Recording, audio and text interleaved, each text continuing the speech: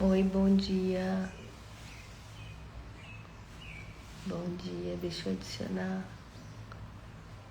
a Ila.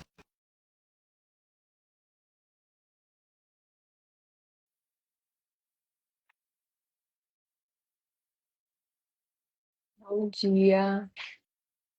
Enquanto a Ila não entra, deixa eu deixar aqui a, o nome da live de hoje.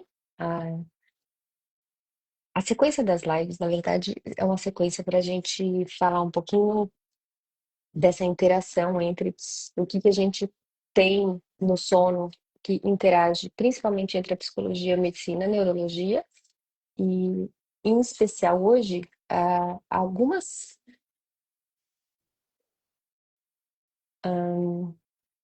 Deixa eu falar, acho que ele entrou com a outra conta. E você consegue entrar na conta da mentoria, no nosso novo espaço? Se você entrar, eu vi que ela entrou, deixa eu tentar convidar então a Ila como Ila.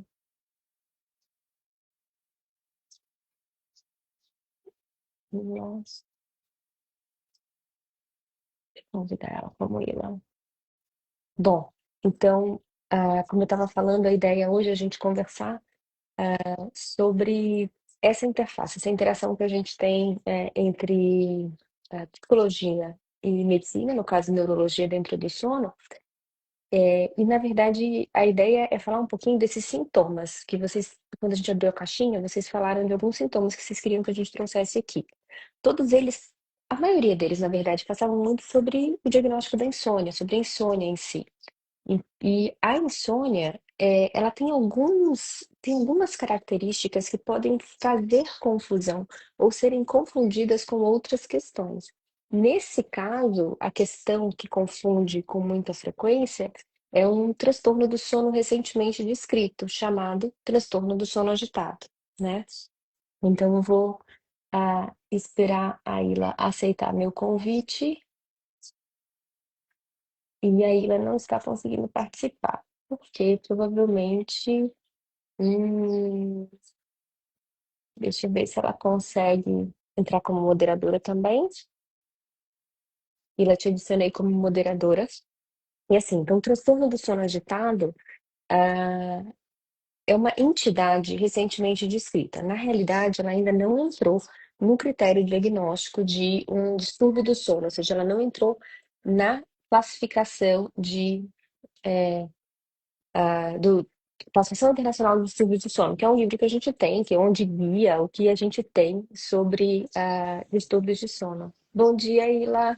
Bom dia, Letícia, tudo bem? Tudo e você? Conseguiu, né? Consegui, tava tomando baile aqui da tecnologia mais uma vez, né? Não, mas fica tranquila, eu acho que o fato da gente conseguir já dá certo, já tá tudo bem. E eu comecei a falar um pouquinho sobre a ideia dessa interação entre transtorno de sono agitado e alguns sintomas que se relacionam, ou que pelo menos inicialmente podem parecer insônia ou ser insônia, né? Então, que foi o que a gente fez na semana passada. Para quem não acompanhou a semana passada, a gente vai soltar os pedacinhos da live.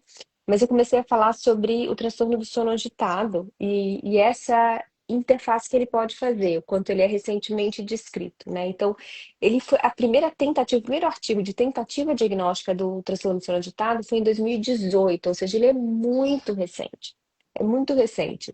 E dentro da ciência, quando a gente começa a fazer essa descrição fechada, a gente ainda vai precisar de grupos diferentes que façam o mesmo diagnóstico, né? E assim, que reproduzam aquilo, que concordem ou discordem daquilo. Então, é algo muito recente, mas é muito interessante a descrição.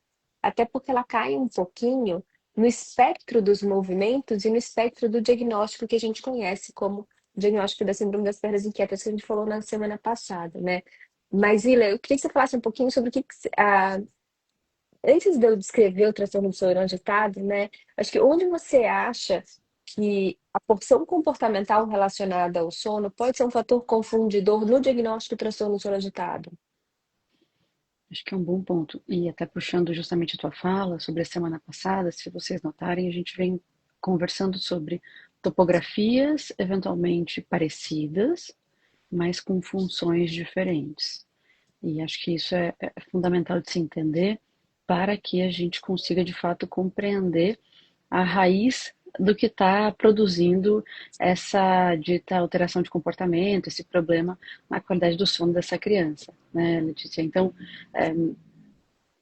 fazendo aí essa reflexão, na semana passada, quando a gente falou de SPI, a gente falou muito também sobre uma criança com dificuldade para iniciar e seguir a rotina de sono, em que quando ela não colabora com essa rotina de sono, ela pode parecer que está com algum incômodo físico, o que não necessariamente é a questão. Quando a gente fala do sono agitado, desse quadro que vem sendo aos poucos descrito, ele também pode, de alguma maneira, ser um fator confundidor com aquilo que a gente entende que são os despertares noturnos, que são eventualmente as dificuldades apresentadas por aquela criança e por aquela família para ajudar essa criança a conseguir voltar a dormir. Ou seja, que associações para início de sono existem, que vão se apresentar também ao longo da madrugada, né, em relação à habilidade e à capacidade dessa criança voltar a dormir.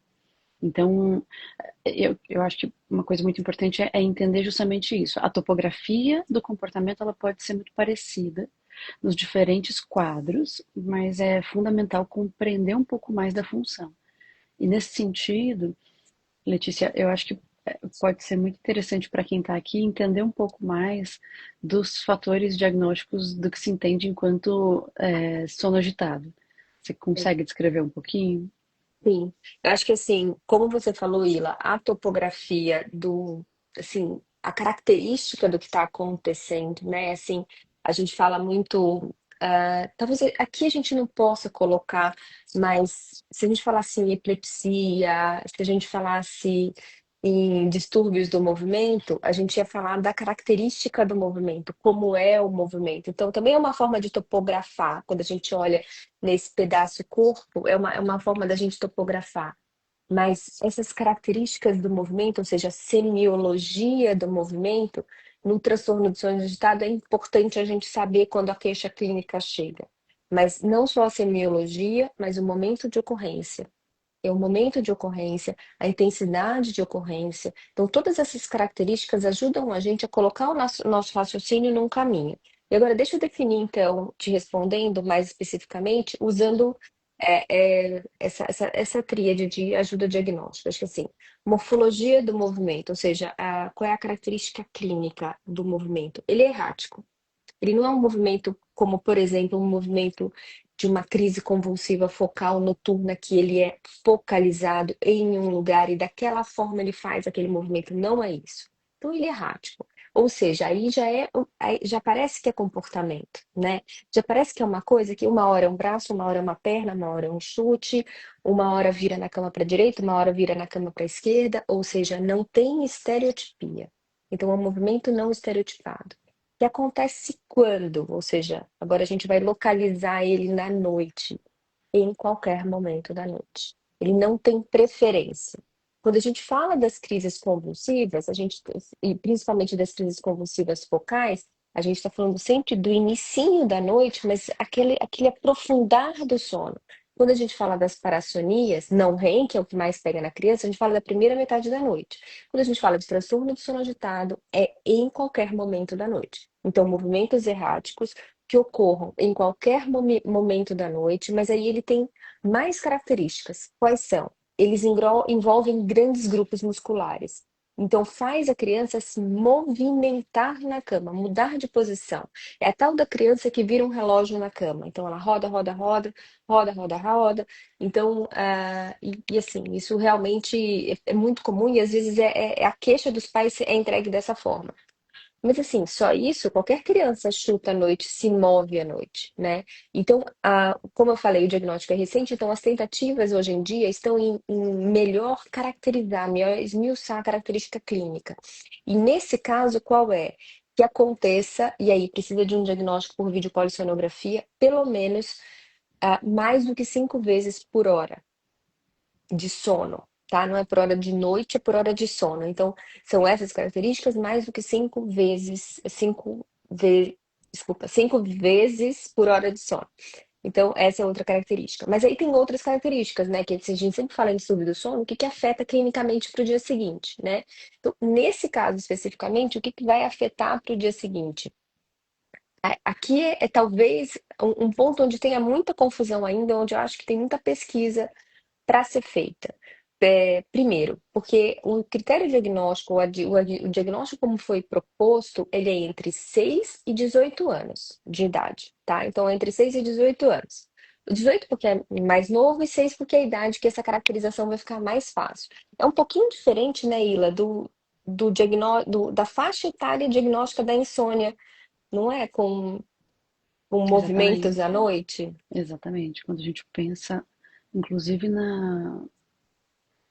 nas porcentagens epidemiológicas de problemas de sono, do que a gente tem na literatura voltada para insônia na infância, grande parte do que é trazido como insônia na infância acontece justamente nos pré-escolares. Né? Letícia tem dados de 20 a 30% dessa população apresentando algum problema de sono. Então, eu acho que a tua fala sobre o sono agitado, ela traz luz justamente ao fato de quanto mais elementos a gente tem sobre como esse comportamento, esse problema, essa questão está acontecendo, isso nos ajuda a entender para que lado ir. E do ponto de vista do comportamento, acho que é sempre importante, claro que eu vou trazer um recorte da abordagem comportamental, diante de que contexto eu tenho que tipo de comportamento e que consequência esse comportamento produz. Né? Então, trazendo aí mais elementos para avaliação e para compreensão de como essa queixa do sono está se dando. Né? Então, como a Letícia foi trazendo, em que momento do dia, com qual idade, de que forma é esse movimento, é, com a idade dessa criança, como que esses pais estão agindo frente a esse tipo de queixa, né, de movimentação aí da criança, diante de que contexto essa criança apresenta esse tipo de questão. Puxa, se eu tenho uma criança que está muito cansada, muito privada de sono, está vindo de dias muito exaustivos, ou que veio aí de uma virose, aumenta ou diminui a probabilidade desse tipo de comportamento? Então, é justamente trazendo luz para esse detalhamento, né, Letícia, que a gente tem um pouco mais de elementos para direcionar a conduta com esse paciente. Né? Eu acho que isso é importante, é muito importante que exatamente a gente vai colocando elementos para classificar, mas lembrando sempre que assim, eu comecei a falar falando que, olha, é um distúrbio novo, né? Ele está recém-classificado. Então, como tudo na medicina, a medicina do sono não é diferente. Quando a gente tem pouco elemento, a gente vai usando o que a gente tem até a gente ter um pouquinho mais de conhecimento e avançar. O que que eu acredito? Eu já vi casos que eu juro que seja transtorno do sono agitado em crianças menores do que 6 anos. Ou seja, não são crianças que têm aquela relação com os pais de uma troca, desse comportamento ser uma troca, ou de receber algo em troca, ou então ah, uma dificuldade de limites ou necessidade de estar ali com os pais o tempo todo, que tem essa movimentação muito ativa e que tem um outro ponto metabólico, que é o que a gente sabe, né? Que é a deficiência de ferro ou a redução do ferro no sangue em níveis abaixo do que a gente. Até o limite normal é 50, a gente esperaria acima de 75, então entre 50 e 75 de ferro, ou seja, que caracterizam. Então, a gente tem que olhar todos esses critérios e tem que colocar ele, mas sempre olhar com uma certa crítica, né? Você não acha? Assim, olhar, passar uma terceira camada de crítica, pega um critério, pega outro critério e passa uma terceira camada de crítica aqui para a gente poder fechar. Mas assim, essa topografia é importante, porque senão a gente vai lidar com o quê? Com achismo, né? A gente não sabe, não sabe, não sabe, só eu acho, eu acho, eu acho. Isso que uma característica importante também do transtorno do sono agitado, que eu acho que chega a ser até a ser um pouquinho difícil de compreensão. A primeira descrição do transtorno do sono agitado dava conta de que a criança, para começar a dormir, não pode ter aumento de latência, ou seja, aquele momento entre propor sono e, de fato, dormir, que é a latência do sono, ela não pode estar aumentada. Por quê? Porque se tivesse aumentada, é o que a gente falou na semana passada, síndrome das pernas inquietas, né? Ou então, propriamente, uma insônia, né? Com essa dificuldade de imposição de limites dos pais, né? Uma associação que não está se repetindo naquele momento e, consequentemente, aumentando essa latência de sono. Então, uma situação ou outra já estariam excluídas, se fossem de início de noite, quando a gente fala do padrão comportamental relacionado ao transtorno do sono agitado, né? Então, a gente teria que afastar isso propriamente dito. E um segundo ponto também é que no início eles falavam que a criança durante o dia ou acordada não teria nenhuma questão de comportamento, né? E aí eu coloquei num balaio o comportamento, eu sei que joguei tudo no lugar errado, mas tô com a pessoa certa para me corrigir aqui. Mas assim, que não teria nenhum outro, assim, nenhum fator não orgânico que envolvesse comportamento nessa questão. Mas, ao mesmo tempo, para ser um transtorno, eu tenho que ter uma interferência no dia seguinte. Eu tenho que ter um dia seguinte que, assim, que dê conta de que aquela noite foi ruim. Se não, me movimentar por movimentar sem um dia seguinte afetado, entre aspas, por isso, não teria problema. Né? Então, os trabalhos mais para frente, inclusive tem uma revisão sistemática de uns 2 anos atrás, se eu não me engano, e falou em transtorno do sono agitado primário e secundário. Então, esse que eu estou descrevendo para vocês é o caso puro, o transtorno do sono agitado primário. E o secundário seria secundário a outras questões. Então, poderia ser secundário a uma apneia obstrutiva do sono, por exemplo, uma criança, assim, essa é a idade, né, do crescimento ter sido adenomidaliano, ter sido linfóide na via aérea superior. Então, é muito provável que a criança tenha, provável não, mas se for para ter apneia, está na idade, né? Então, eu tenho um sono agitado pela apneia, eu tenho uma apneia mexendo muito, deixando aquele sono muito fragmentável, muito instável, e aí essa instabilidade, quando a gente vira para o outro lado, puxa, eu tenho um comportamento de me mexer, de movimentar, a criança se movimenta demais. Então, esse é um ponto importante que ah, eles trouxeram depois porque ficou muito facilmente confundível a primeira descrição, a descrição inicial, a proposta diagnóstica. Então, eu acredito que esse primário e secundário, onde o transtorno sono agitado pode entrar como secundário, inclusive em questões orgânicas, mas em questões do comportamento, eu acho que é uma visão talvez mais atual. O que que você acha, Ila? Eu entendo que a ciência vai trocando o pneu do carro com o carro andando, né? Então, ainda está tentando ser descrito e classificado como que de fato esse padrão de, de, de questão se dá. Acho que não dava mais para ignorar o fato de que muitas crianças têm esse sono agitado que não é causado por outras variáveis, mas aonde encaixar e como descrever ainda, a meu ver, está num processo de melhor delimitação. Até porque, né, Letícia, eu adoraria que os casos acontecessem de uma maneira extremamente evidente e clássica, como está no livro. Mas o que muitas vezes a gente percebe é uma sobreposição de ocorrências que vai tornando muito mais complexa essa questão diagnóstica, né? Então, é possível ter um sono agitado e, simultaneamente, ter uma má associação para início de sono e, simultaneamente, né, ter algumas questões ali do ponto de vista parental e relacional. Então, acho que tudo isso ainda está num processo de se esclarecer, mas eu entendo que dentro deste processo, a topografia é um dos elementos, como, descrever um pouco mais como a coisa se dá, é um dos elementos para se compreender um pouco mais do que está acontecendo ali, né? Então, acho que para além do diagnóstico, na verdade, propor aqui uma discussão de não se ignorar mais essa queixa do sono agitado, mas a partir dessa queixa, observar, descrever e classificar um pouco mais para entender sobre o controle do que isso está acontecendo, né? Eu acho que assim, e usar, ter isso como elemento também na hora de você fazer uma anamnese, de você saber que aquela insônia que parece pode ter um fator orgânico. ou aquele fator orgânico pode não ser simplesmente um fator orgânico a ser tratado com ferro e ter um componente de comportamento associado a ele. Acho que assim, essa ah, multivisão, a gente enxergar que, como você bem falou, não lê o livro sempre, né? Então a gente não está sempre com um paciente que lê o livro completo e que você vai ter, ah, meu Deus, é isso tudo que tá e acabou. Se vai ser com esse critério diagnóstico fechado. Não, não é e não vai ser. Então, saber os limites das situações e clinicamente caracterizar bem eu acho que é o que você falou, é o mais importante. Até porque, muitas vezes, quando a gente começa a conduzir um caso e ele não iniciou a resposta terapêutica, a gente sempre vai achar, poxa vida, tá indo errado, não tá dando certo.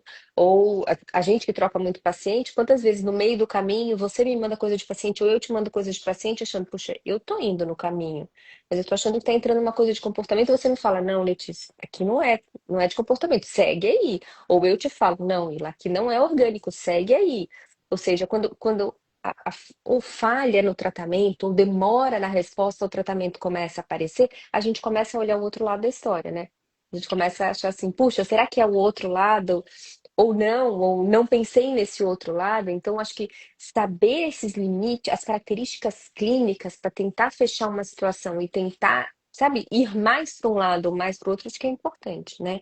Até porque o tratamento demora o resultado, né? Pelo menos da parte orgânica, a gente tem que ter pelo menos 3 meses de tratamento e considerar que se o principal mecanismo que a gente tem alguns mecanismos hipotéticos que levam ao transtorno do sono agitado, né?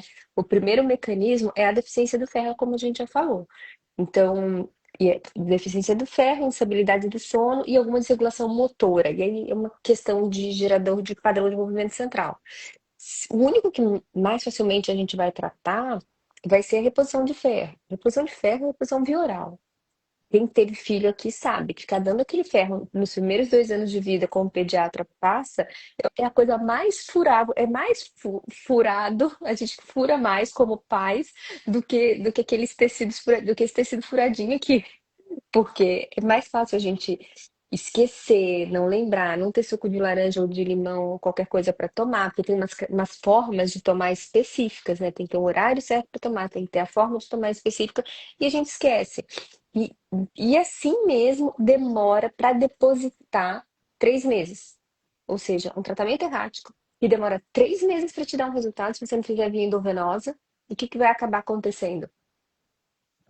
Ou você não vai ter resultado, ou você não vai levar o ferro da criança, né? Então você tem que contar com pais que fiquem muito ali em cima, e mesmo assim, tem que lembrar, a gente está falando de deficiência de ferro no sistema nervoso central. O sistema nervoso central tem uma barreira do sangue para ele, a barreira hematoencefálica. Essa barreira pode impedir a passagem de ferro ou dificultar a passagem de ferro. Então, precisa de um ferro que fique elevado o suficiente no sangue, que é onde a gente dosa, para passar para o cérebro. Ou seja, é um tratamento demorado, de resultado demorado, né? E é feito de forma errática pelos pacientes. Ou seja, ah, não é fácil a gente, no meio do caminho, duvidar do que a gente está fazendo, ver se vai dar, se o que está dando certo de verdade, né? E o E comportamental desistir, também, né, e Letícia? desistir, né?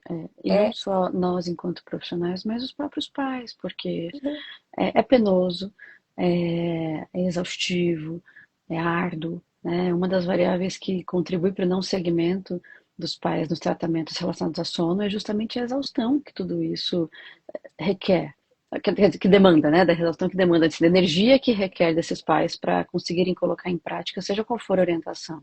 Seja ela médica, como você está trazendo, da suplementação de ferro, seja ela comportamental, da mudança de um padrão relacional. Então, eu acho que essa nossa discussão aqui sobre esse quadro do sono agitado é muito mais para trazer este elemento que vem sendo discutido e tentado, né, ser classificado aos pouquinhos na literatura como mais um elemento a se avaliar e a se considerar frente à queixa das famílias. Até porque não é incomum escutar das famílias que, olha, a criança gira na cama a noite toda, e até então, do ponto de vista científico, a gente só tinha como elementos talvez avaliar uma parassonia, avaliar uma EPI, não é isso, Letícia? Então, acho que esse vem como mais um elemento para se entender dentro da queixa, né? É, e é importante a gente entender que é muito provável que isso mais para frente vai entrar meio que num espectro de sintomas motores relacionados ao sono, onde se encaixa a síndrome das pernas inquietas que a gente falou semana passada. Ou seja, o entendimento de que tem sim algo a mais, né? Existe algo a mais, mesmo que ele vá cair numa outra classificação espectral, que acredito que seja, de fato, acho que na minha experiência clínica e conversando com os autores que fazem parte dessa descrição, eles acreditam que tem alguma coisa aqui também, né? Ou seja, a gente tem mais elementos, era algo que ficava ali, a gente recebia, né? Ou seja, a gente está ficando velha, a gente é da geração que participou de uma nova descrição e já consegue falar assim, olha, antes de existir essa descrição, então, nesse momento, antes de existir essa descrição, a gente não tinha como colocar isso num diagnóstico. Um sono agitado é simplesmente um sono agitado, ou seja, sono agitado tem algo a mais e tem metabolismo a mais, como no caso do metabolismo do ferro, que é importante. Então, não é só o envolvimento do comportamento, né? Então, acho que isso é uma coisa que, às vezes, talvez para você ficasse refratário no tratamento, né, mais refratário, né, para a gente também, claro. Então, essa classificação de parassonia é muito especificamente onde, como são esses movimentos e quando são na noite esses movimentos, e esse diagnóstico diferencial. O diagnóstico de transtorno do sono agitado facilitou bastante, né? Facilitou nossa Raciocínio elucidação clínico, né? diagnóstica, Eu no acho. raciocínio clínico. E deu elementos, por exemplo, ah, os pais, quando chegam para a gente, já chegam extremamente exaustos, né? Você deve ver isso muito mais do que eu. Né? Então, a exaustão no tratamento, né? A gente seguir repondo ferro ou seguir fazendo o tratamento. Essa exaustão no tratamento já vem de uma exaustão de quando eles pediram ajuda, porque eles já estão exaustos, né? Eles já chegaram terminaram a maratona. Então, quando chega com a gente, é como se fosse não a largada da maratona, o final da maratona. Já estão exaustos, já estão caídos. Então, eles não estão no ponto de largada, eles estão no ponto de chegada quando chegam com a gente. Então, aderir ao tratamento acaba ficando um pouco mais difícil, né? Fica muito mais cansativo.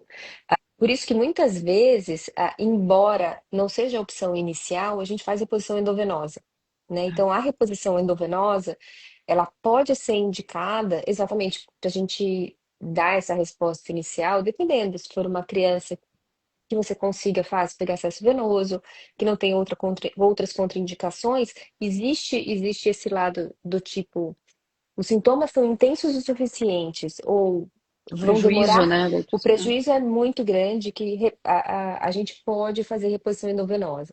E a reposição endovenosa é interessante que, embora ela também demore para depositar, o ferro demora um pouquinho para chegar no sistema nervoso central, ele obviamente é muito mais rápido do que a via oral, porque a via oral depende da absorção, depende da gente dar no horário certo, como eu falei, que eu preciso do nível mais baixo de epsidina, que é a enzima competidora do cérebro, e ela tem, desculpa, da absorção do ferro, e ela tem um metabolismo circadiano, ou seja, ela está no seu vale de existência de manhã cedo, por volta das 8, 9 horas da manhã. Então, esse é o momento que a gente tem que fazer a reposição.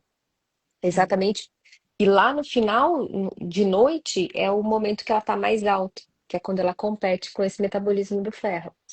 Então, a gente precisa dar nesse horário, tem que fazer dessa forma. A gente suplanta todo esse padrão circadiano da enzima, a gente suplanta todas as questões comportamentais de dar ferro todos os dias com suco de laranja, etc., fazendo endovenoso. Claro, se a gente conseguir encaixar nessas indicações que vão ser difíceis, ainda demora um tempinho para depositar no sistema nervoso central, mas obviamente é muito mais rápido. Então, a gente tenta suplantar com isso. Então, em alguns casos, eu acabo fazendo a reposição endovenosa de ferro um pouquinho mais precoce, quando o caso é muito intenso, né? O que também não exclui a necessidade da manutenção de todas as questões do ponto de vista do comportamento, né, Uhum, para essa criança, porque sim, eu brinco, né? Uma má higiene do sono, ela pode agravar o que já está ruim. O problema é o que a exatamente. gente espera da higiene do sono. Ela não vai resolver tudo, mas ela É, pode agravar o que já não está bom, mesmo, né, sendo a etiologia uma questão do ferro, né? não, exatamente. Eu acho que você falou tudo. Eu acho que a gente tem que ter cuidado porque a higiene do sono isolada dificilmente não vai fazer, a gente sabe. A evidência a ciência já mostrou. Isoladamente, ela não faz diferença, depende de muito mais do que isso. Mas esse fato dela piorar, aí é que é um ponto, né? Às vezes a gente orienta a higiene do sono para melhorar e acaba piorando. Mas, Ila, a gente cumpriu os nossos 30 minutos para não ocupar todo mundo hoje de manhã, uma quarta-feira, não sei aí se tá de sol, aqui tá de sol, Não, aqui mas tá não, nublado. tá nublado, aqui É. tá de sol, mas espero que vocês tenham aprendido um pouquinho dessa interface. Eu gosto muito de conversar com você, Ila, porque eu vou aprendendo, né? A gente se fala E vice-versa. e todo dia eu aprendo mais. E Mas, vice-versa. É sempre muito bom, né, Alexia? Eu acho que a ideia é que esse momento seja uma troca, mesmo um uhum, bate-papo, para agregar também para quem está aqui com a gente. exatamente, exatamente. Bom dia, pessoal, para quem está indo para o trabalho. Tem várias amigas aqui que eu já vi que entraram, algumas entraram e saíram, mas estão indo para o trabalho provavelmente. Beijo, Nos vemos pessoal. semana que vem. Tchau, Semana que tchau. vem a gente tem mais lives. Tchau, tchau. Tchau.